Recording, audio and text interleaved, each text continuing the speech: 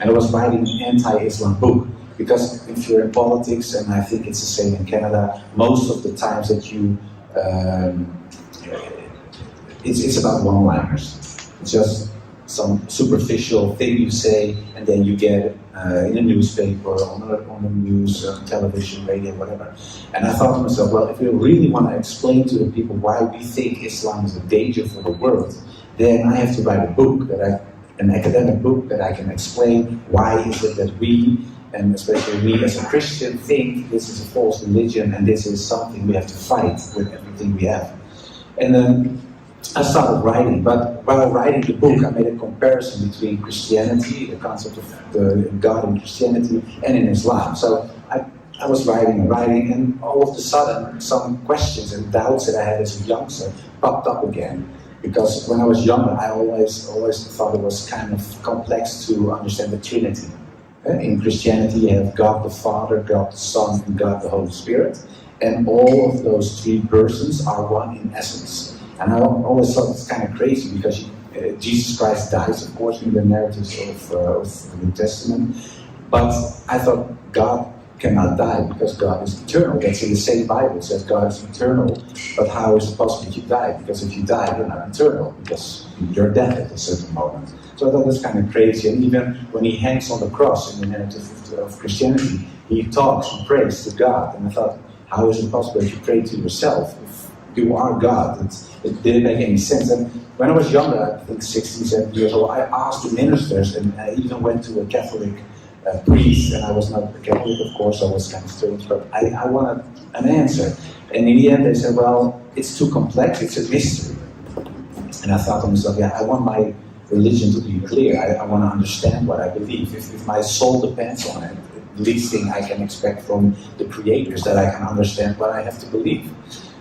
So I thought, and then I thought, perhaps I'm too stupid, I'm just uneducated, I'm a young kid, 16, 17 years old. I put it aside, and I just did what I did as a practicing Christian. And but when I was writing my book, I was an older man, of course.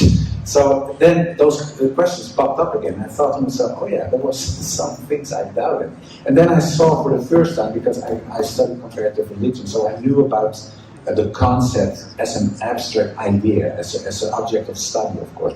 But I never looked at Islam as an alternative for the truth, with a capital T. So I thought to myself, well, there is some truth in it, perhaps, because it sounds more logical. And then I thought to myself, well, I have to refresh myself and reread the Bible to understand why I'm not a Muslim. So that's what I did. But then, when I was reading the Old Testament, for people who don't know, it's, let's say, part 1 of the Bible, it's the same Bible as the Jews have.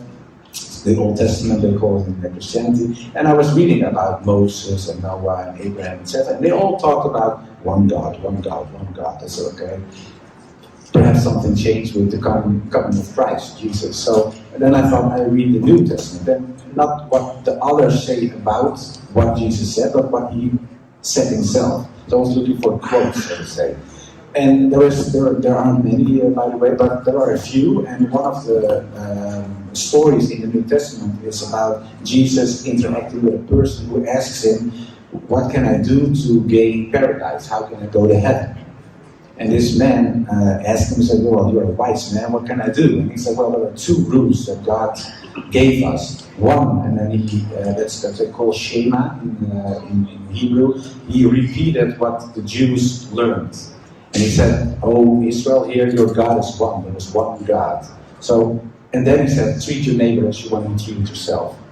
He said, if you do these 2 things, then you can go to paradise. But he said, it's hard enough if you really want to do that. But I thought to myself, well, now he is talking about one God as well. So I thought to myself, perhaps there is some truth in this one God concept, besides the Trinity. So I thought if Jesus says that, all the prophets in the Old Testament say it, and now I see the Islamic narrative and the Islamic concept, I think there is some truth in it. So I thought, okay, I can accept this one God concept as the Muslims present it.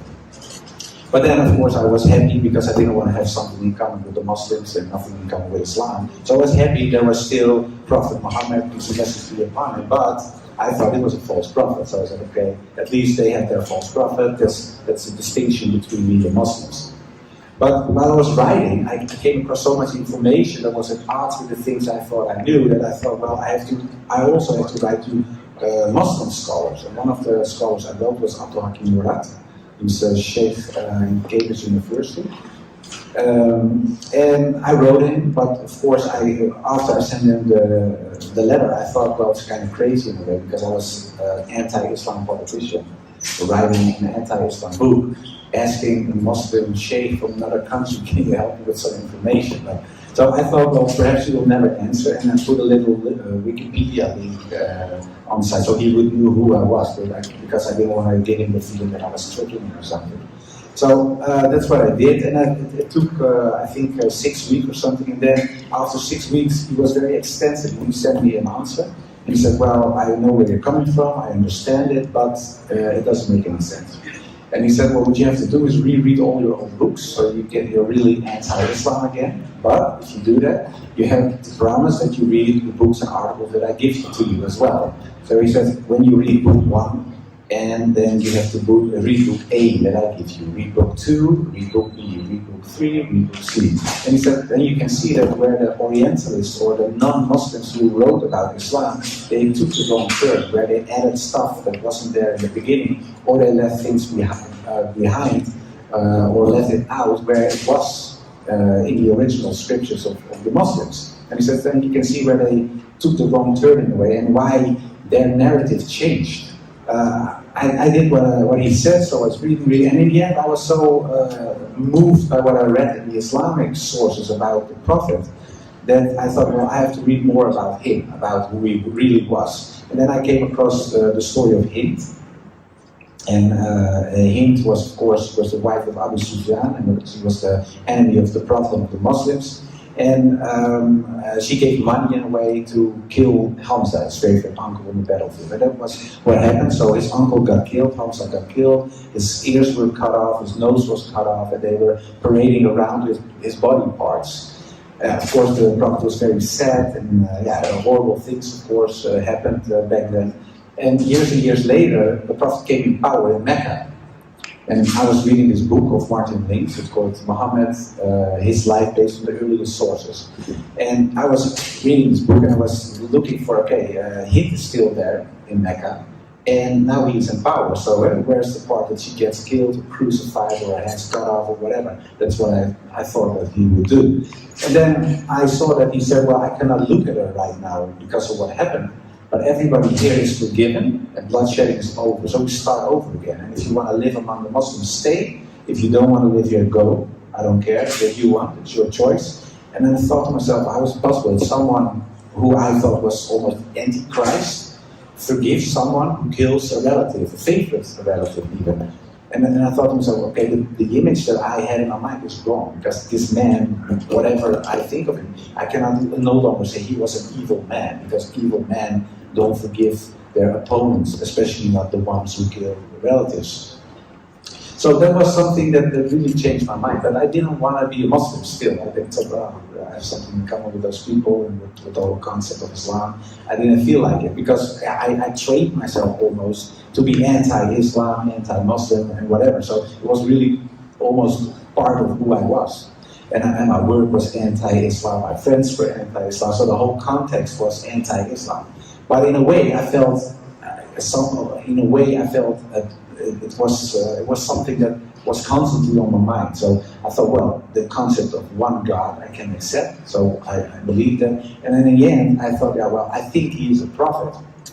But then I thought to myself, well, that's practically Shahada, if I say there is one God and Muhammad is his messenger.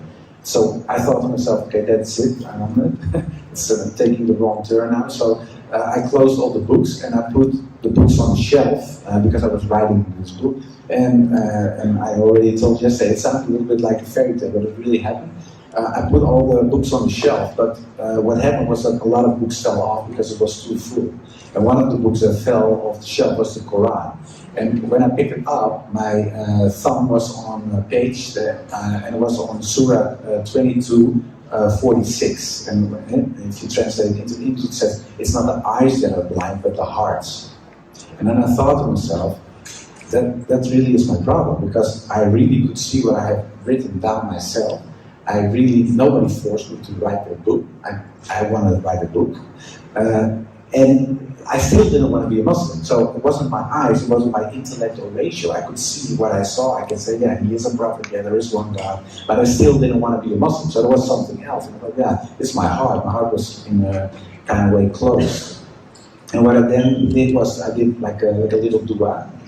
Of course, I wasn't a Muslim yet, so it wasn't real dua. But I did a prayer and I said, well, Lord, I don't care if it is the God of the Christians or the Muslims. Just give me a sign or something so that I'm 100% sure that this is the way.